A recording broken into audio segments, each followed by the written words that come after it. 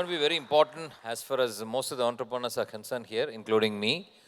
We always have this challenge of how can we balance work and life, and is there a possibility to figure out the work-life balance? So I was actually watching the video of Indra Nooyi's interview recently, and she was very blunt saying that there's nothing called work-life balance. You have to compromise on somewhere or the other. In that particular context, the talk that we are going to exchange with Mr. Kabeer. Kabeer is one of the very renowned coaches. He coaches people in seven continents of the world, all across the continents.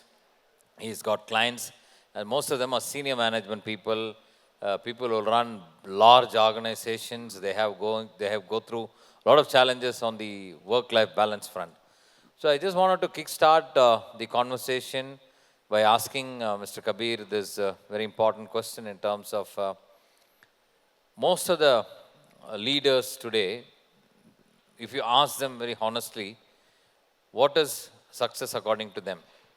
They may be financially successful, they have multiple wealths, but somewhere there is some kind of a holding back. So I want to ask Kabeer, you're talking about CEO being successful all across, and they keep on coming to you with some kind of a challenges time and time again. And whether this happy success of the success secret of happiness, is it really possible in the business world? What do you think? Very- Thank you, Nasubhai, first of all, and for all the BNI people, because it's like a family event for me because of the connection with you. And the question, the words that you use, that success and happiness, and it's a very, very tricky words, and it's very subjective because there is no absolute answer or interpretation for that. So for different person, the success is different and happiness is also different. So if you ask me, I have seen three types of the people from my experience of the different people that I have worked, the leaders and entrepreneurs. One is that they are successful, very, very successful. They have got enough number of money, whatever may be the criteria that you say, at the cost of the happiness. Very true. And another type is, they are very happy, they are very peaceful. But if you ask that whether they are successful in the business, they are successful in the business in their terms because they define success like that only, with having the balance. But if someone who knows them, you will say that he could have made a lot. But he said that I can make a lot, but I don't want. So he is compromising or he's having his happiness at the cost of business. Again, it is subjective. But the most interesting group that I have seen, the type of the people that I have seen is that they make business, they run.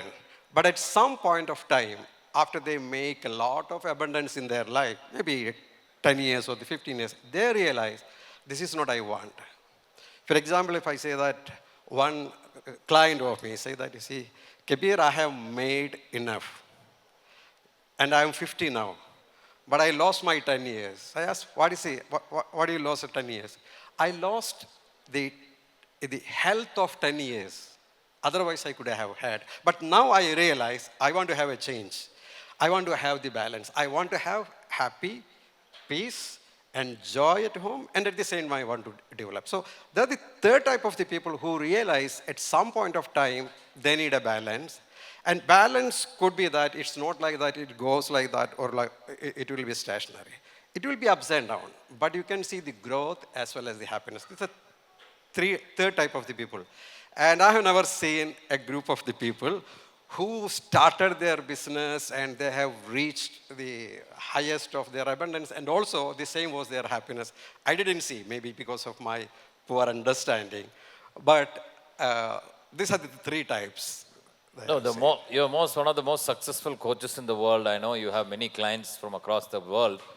Most of the people who come to you, they come to you because they're not happy.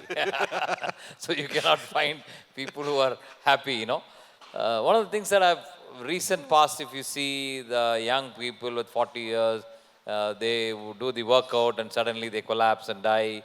And some of the other people you see, till yesterday they were very happy and suddenly you see them falling down and dying. On the other side, if you see, there's a famous saying which says, happy wife, happy life. How many of you married here? You know that, right? Happy wife is happy life, right?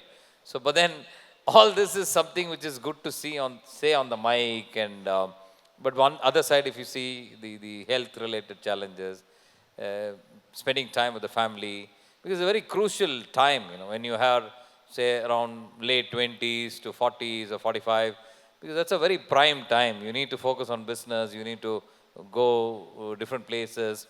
But at the same time, that's also very crucial in terms of the family life, spending time with children. For me, if you ask me, like I have three daughters. My eldest one is in the final year now, engineering. Maybe a couple of years down the line, she gets married and she goes away. And if you realize that, you know, you will not spend time with them. So this is the case with many people here. So the question to you is that, okay, how can we balance the time at home, spend time with the kids, and also to look after the health part of it, you know? So I'm sure you must be working with many companies and some of the CEOs whom I know that you work with the second generation, even some of the first generation people in the companies in Dubai. So can you just throw some light on that, please? I can have a nice answer to your question, and the people will be happy because that I'm balancing the what do you call, the emotions of the people at the different level. But at the same time, I can have an honest answer also.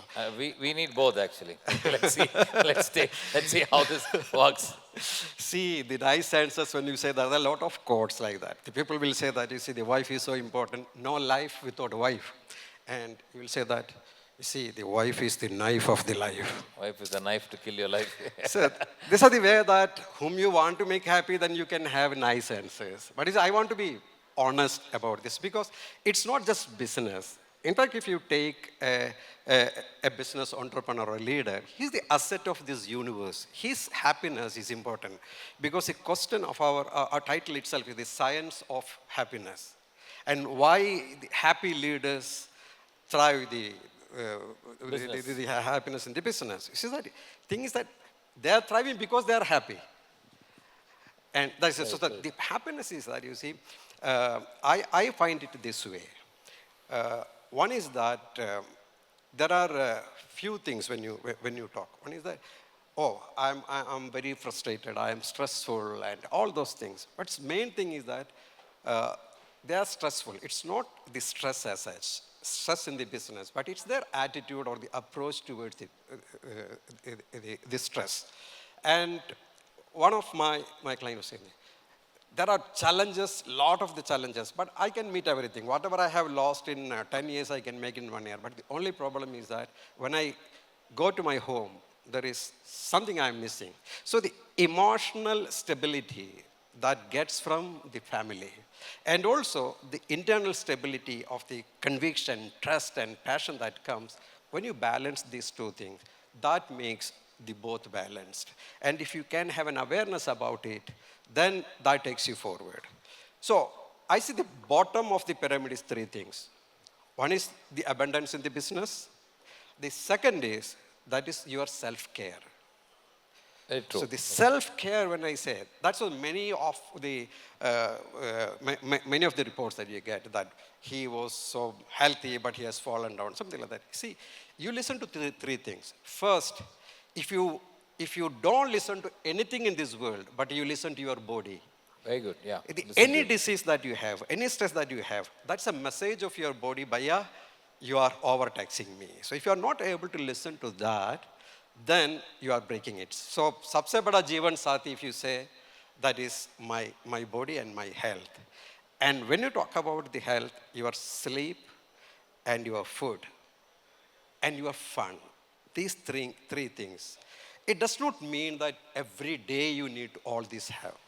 But it's that you have it regularly, irregular. That is where I used to say, very practically saying, very practically saying, you be regular. You can be regularly, you can be irregular, but be regular to be irregular. Having these three, sometimes one less, another time it comes. It's like the pies of the music when you see it, goes like this. So, and the third thing is peace at home. When I say peace at home, the peace with your spouse, and there are again two scenarios. One, the husband and wife, both of them working, or the husband working and the wife working. Sorry, wife not working, taking care of the children and the home. So what is the environment that you create in the family, which will create the happiness? We can take it forward in the later session. Second is that what is your relationship with your children? So peace at home means your with your spouse, with your children. And the most important two things, that is your communication and that is your relationship and managing your emotions. I think this is what I would Very like good, to very share with important. that. So one of the things that I'm picking personally is the listening to your body. That is something is very important, and that actually shows up. There's any stress on anything that we are trying to do, the body communicates. The second thing, I'm actually going to go away, and in fact, I'm going to have a follow-up questions on that. Is about the children, the kids that you have. I know you've been working with some of the very bigger corporations in the Middle East, and the Middle Eastern business owners. They make a lot of money. They sacrifice. They work for a number of years, and then when it comes to handling the second generation, they want to induct the children in the business. Either they are not interested. Even if they are interested, they don't know how to handle it. And I'm sure you have worked with these kind of customers or clients in your language, many number of them. So what is the learning from that? Some of us are in the verge of involving our children in the business. Many of the companies, since I work with a lot of family businesses, this is one of the areas where we really find challenges. Because you want to bring in children into our business, but because of our relationship issues in the past, somewhere or the other it is not working. Can you give some of the stories related to that? You see, the first generation entrepreneurs, with all respect to them, that they have done their best in their life. They are not MBA from any reputed institutions, but they have the blood of the entrepreneur. They had a lot of failures in their life and they learned that how they can be the success. And they have made each penny, each rupee by their own toil and sweat. So they want to protect it. And in the process, they also understand they need some educated people also. So their first focus is that, okay, I'll educate my son, my daughter, and they send to the US, UK, Europe, or wherever it is, and they return with their degree. But very unfortunately, what they learned there is not matching here. And finally, the children will ask, if you want me to do what you want to say, then why did you send me to these universities? So the challenge is that how you cascade your legacy, your knowledge and experience in the language that the second generation knows. And if you can make it, that's beautiful. I have a very, very exciting case study or the best practice where the first generation entrepreneurs at two level, when they come back, they have a very interesting cascading way that how do they match these two. And more interesting is they start to orient their children when they are studying itself. So I have some experience of mentoring the business entrepreneur family, and they are at the +2, the level. And during these 3 years, when they are with with their parents, their emotional connection is good, their communication, almost whatever it is, it's resolved. And also they develop a very, very strong connected relationship. So there is no fear when they send the children outside. And they know that what they will be studying and what they will be joining when they come back. So when you have this, there is a very powerful, productive, happy business and the happy family environment also. Because in the family business, when you say it's not only the business, it's to have the abundance in the business and also to have the family harmony. So Very that's true, it. very Yeah. true. So, okay, so whatever the little conversation that we had, it's a very big subject. I want to ask the final question, but before that, I wanted to tell all of you that I've been overwhelmed because we need to do a lot of things. I thought I'll have some kind of answers talking to you, but I'm going with a lot of questions because many of the sessions are thought provoking, and it'll actually enhance our thought process when you have more questions. Having said that, what have we understood in the last 15 minutes conversation is that to be a successful leader, happiness is very important. Unless until you are internally happy, you can't be happy outside. How the happiness comes in terms of listening to your body, spending time with the family, nurturing the children, and all of that. So, in order to give you your final message, what do you think would be the success secrets behind bringing happiness? So, in turn, it will help us to thrive in our respective businesses. Your final thoughts and some of the actionable items that we should do. Nasser, it's something like that. If I say that, this is a very, very costly pen, and you know the Yeah, brand. yeah, it's a brand, yeah. And you may be such a very highly qualified or highly successful businessman, but if the refill is not filled, there is no use of this body. Absolutely, Right? absolutely. Like that, we may be very successful businessmen, but if it has to be a happy, successful family or the businessman, then you make the quality presence with your spouse and your children. I'll give two examples. You see, I have seen the different type of the people. One is that when you married, your spouse, wife is not very educated, but you are very happy with her. But it's not her mistake that you became a big businessman. Then you don't understand their language. And what you realize, her happiness is that you are giving the best of things, the best sarees, best jewels, but everything, and even you have a personal costume designer for her. But she asked that, I don't want all these things. I want some quality presence. So in something that if you want to make your story different, he said that nothing. When you come home, next 15 minutes, no mobile. Or 30 minutes, no mobile. After that, if you want, you okay. But I feel that at least in a day, 30 minutes I have quality presence. I can feel my partner. Got it. Similarly, please, if the wife is also working, if the partners are working, okay, you have a concept of that respecting and acknowledging the role that you do. Because you see, there is feminine and masculine energy in every person. It's not gender. Correct, correct. It is a masculine and feminine energy. So whatever energy that you have to make the family, you work with a role complementarity. Got it. So that's second. Third thing about the children,